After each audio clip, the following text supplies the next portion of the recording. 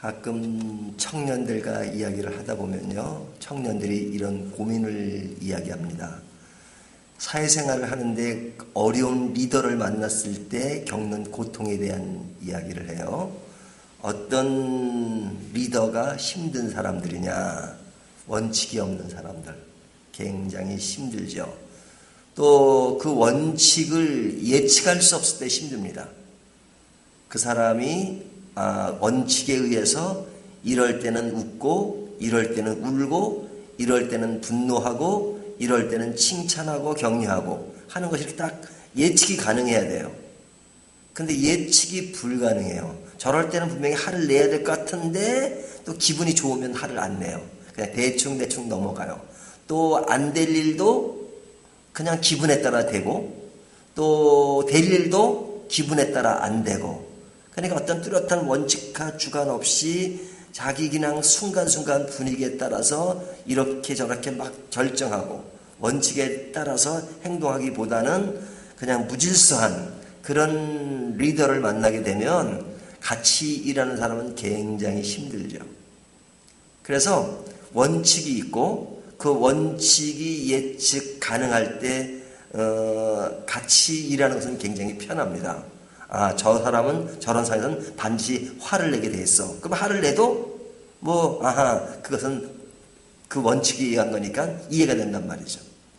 저럴 때는 분명히 격려하게 돼 있어. 그럼 딱 그 예측대로 맞아요. 그것은 바른 그 원칙과 그런 주관을 가지고 있다는 얘기죠. 근데 이제 하나님은 예측이 불가능하신가? 우리랑 하나님과는 거리가 많잖아요. 거리가 많다는 얘기는 정도 차이가 크다는 거죠. 우리는 불완전하고 하나님은 완전해요. 사람과 비교할 수도 없잖아요. 그럼에도 불구하고 하나님은 예측이 가능합니다. 왜 예측이 가능하냐? 하나님의 기본 성품과 기본적인 것들을 우리에게 알려주셨어요. 그리고 그 세부적인 것들을 말씀을 통해서 알려주세요. 이스라엘 백성들을 출애굽시킬 때도 보면 하나님이 앞장서서 그들이 이해하지 못하는 그런 것들을 교육하시고 알려주시고, 그리고 하나님의 상을 알려주심으로 하나님이 어떤 생각을 가지고 계신지, 어떤 주관을 가지고 일하신지를 충분히 알 수 있도록, 예측할 수 있도록 계속 말씀해 주세요. 그러니까 우리가 하나님을 예측할 수 있는 겁니다. 하나님은 어떤 하나님이세요? 사랑의 하나님이시잖아요. 사랑의 하나님. 큰 줄기를 알잖아요. 사랑의 하나님.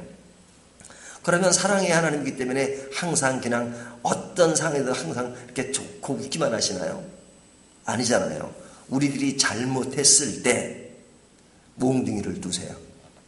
그 몽둥이를 두시는 것은 그냥 기분 따라 드시는 게 아니고 사랑하기 때문에 두시는 겁니다. 그러니까 이럴 때는 내가 몽둥이를 둘 것이다 하는 거 분명히 말씀하시고, 그리고 우리가 잘못하면 하나님의 몽둥이가 있겠구나 하는 것을 생각해야 된단 말이죠. 하나님의 사랑에는 질책도 있고 격려도 있습니다. 그런데 이 질책과 격려 앞에서도 인간 자체는 예측이 불가능해요.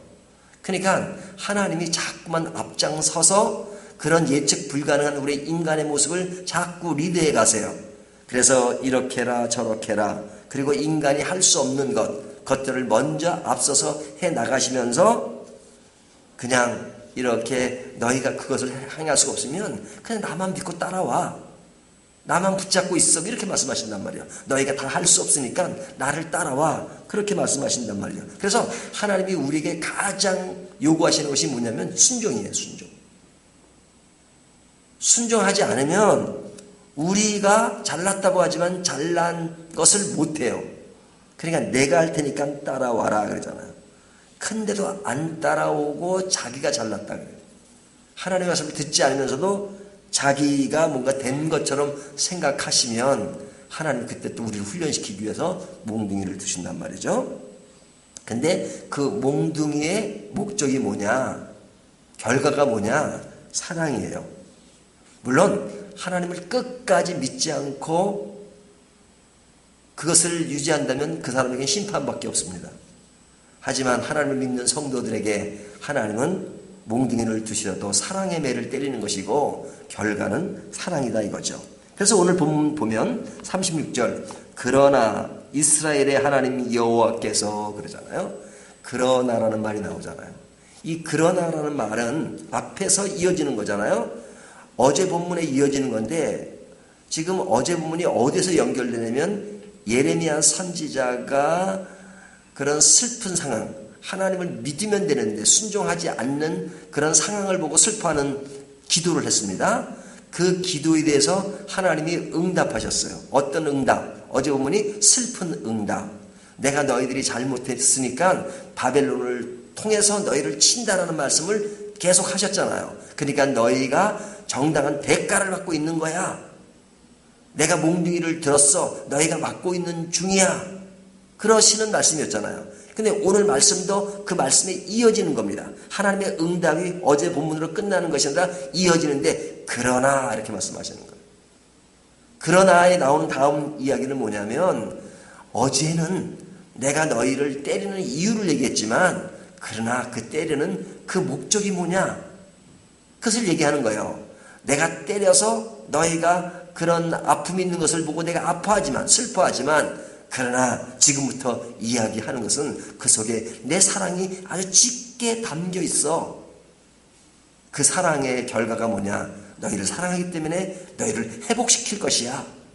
그리고 너희가 맞은 후에 너희가 바벨론에서 너희 땅으로 돌아오게 될 것이고 그것을 정착하게 될 것이고 그리고 안정을 찾게 될 것이야. 이것이 내 사랑이야. 내 마음이야. 지금 너에게 몽둥이를 둔 것은 임식인 것이야. 내 어떤 본질적인 내 마음이 아니야. 그 말씀을 하시는 겁니다. 그래서 이 그러나는 슬픈 응답이 기쁜 응답으로 바뀌는 단어입니다. 그 기쁜 응답을 어디서 하시느냐? 36절 다시 보면요. 그러나 이스라엘의 하나님 여호와께서 너희가 말하는 바 칼과 기근과 전염병으로 말미암아 바벨론 왕의 손에 넘긴 바 되었다 하는 이 성에 대하여 이와 같이 말씀하시니라. 지금 이 말씀을 하시는 것은 뭐냐면 그들이 지금 슬픈 응답 속에 있을 때 바벨론의 포로가 되고 너희가 지금 기근과 여러 가지 어려움이 있는 그 상황 속에 너희가 어려움을 겪고 있는 중에 하나님이 기쁜 응답을 하시는 겁니다. 네가 지금 어려움을 겪고 있어. 하지만 그 어려움이 전부가 아니라 이제 그 시간이 지나가면 회복의 시간이 다가올 거야. 하고 기쁜 소식을 알려주시는 거예요. 언제?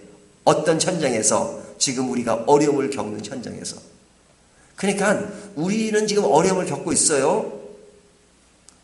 우리가 잘못했으니까. 하지만 하나님은 그래 계속 어려워가 아니라 조금만 참아. 그 과정을 통해서 너희가 회복할 수 있을 거야. 내가 그렇게 약속해. 이것이 너희에게 주는 새 언약이야. 그러면서 지금 격려를 주시는 겁니다. 마치 부모가 아이가 잘못된 몽둥이 때리면서 부모가 눈물을 흘리면서 때리듯이 눈물을 흘려요. 왜 눈물을 흘려? 사랑하니까. 때리는 것이 원치 않는데 그래서 사랑을 표시하는 것처럼 하나님이 사랑을 표시하는 겁니다. 자, 그렇다면 그런 하나님의 마음을 읽는 것이 중요하죠. 어려운 현장에서 내 생활이 어렵다, 내 현장이 어렵다, 거기에 국한하지 말고 그렇게 하시는 하나님의 마음을 읽고 아하, 하나님이 나를 사랑하셔서 이러한 일들 통해서 나를 키워가시는구나 하는 걸 깨닫는 게 중요하단 말이죠. 오늘 하나님이 희망의 메시지를 어떻게 주신 줄 아십니까? 오늘 본문은 굳이 설명할 필요도 없어요. 그냥 읽으면 돼요.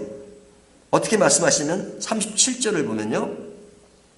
보라 내가 노여움과 분한과 큰 분노로 그들을 쫓아 보내었던 모든 지방에서 그들을 모아들여 이곳으로 돌아오게 하여 안전히 살게 할 것이라. 너희가 지금 끌려가 있지 너희가 안전하게 살 수 있도록 내가 자리를 마련할 거야. 그리고 38절 그들은 내 백성이 되겠고 나는 그들의 하나님이 될 것이며 너희와 나의 관계는 나는 너의 백성이고 나는 너희의 하나님이야 라고 다시 확인을 해주세요. 그러면서 39절부터 40절까지 내용을 보면 내가 그들에게 한 마음과 한 길을 주어 자기들과 자기 후손의 복을 위하여 항상 나를 경외하게 하고 너희가 나를 항상 경외하게 하겠다. 내가 그들에게 복을 주기 위하여 그들을 떠나지 아니하리라 하는 언약을 영원한 언약을 그들에게 세우고 나를 경외함을 그들의 마음에도 나를 떠나지 않게 하고 내가 기쁨으로 그들에게 복을 주되 분명히 나의 마음과 정성을 다하여 그들을 이 땅에 심으리라. 와우! 하나님이 그들에게 희망의 약속을 주시고 계시잖아요. 41절도 마찬가지고 43절 44절도 마찬가지입니다. 너희가 말하기를 항폐하여 사람이나 짐승이 없으며 갈대아인의 손에 넘긴가 되었다 하는 이 땅에서 사람들이 밭을 사되 베냐민 땅과 예루살렘 사방과 유다 성읍과 산지의 성읍들과 저지대의 성읍들과 네겝의 성읍들에 있는 밭을 은으로 사고 증서를 기록하여 봉인하고 그 증인을 세우리니 그러잖아요. 지금 예레미야 선지자에게 땅을 사라고 말씀하셨잖아요.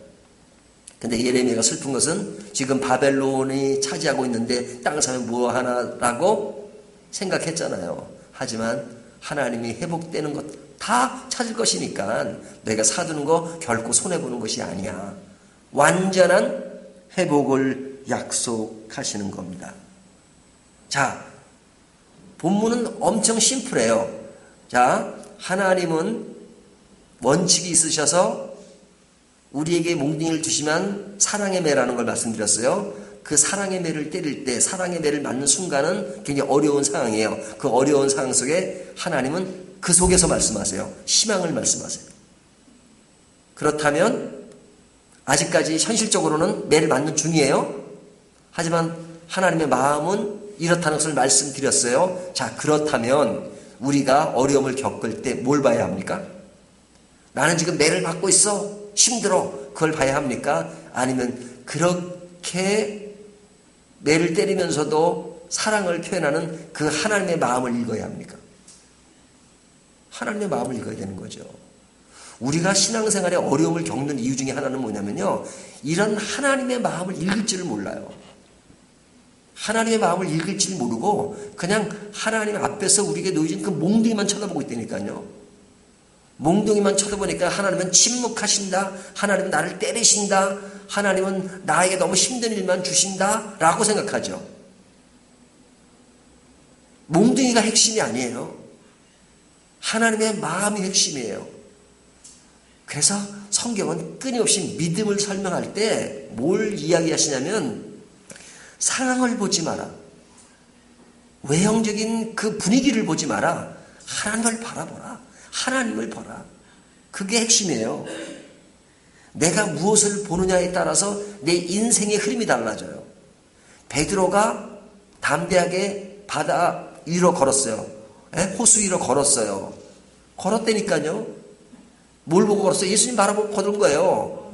근데 빠져버렸어요. 왜 빠졌어요? 갑자기 막 풍랑이 치니까 갑자기 그거 보니까 빠진 거예요. 아, 예수님 바라보고 가면 되는데.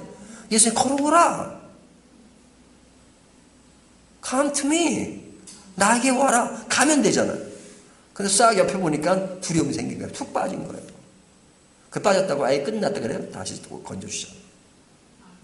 하나님 그런 하나님이십니다. 여러분, 우리의 삶을 볼 때 상황에 집중하지 말고 상황 속에서 우리를 인도해 가시는 God Himself, 하나님 그분 자신을 보는 것, 그분이 믿음인 것입니다. 그런 의미에서 하나님의 응답은 슬픈 응답이 아니라 기쁜 응답이라고 하는 것, 이것을 마음에 새기면서 늘 기뻐하는 삶을 사시는 저와 여러분이 되시기를 주님의 이름으로 축원합니다.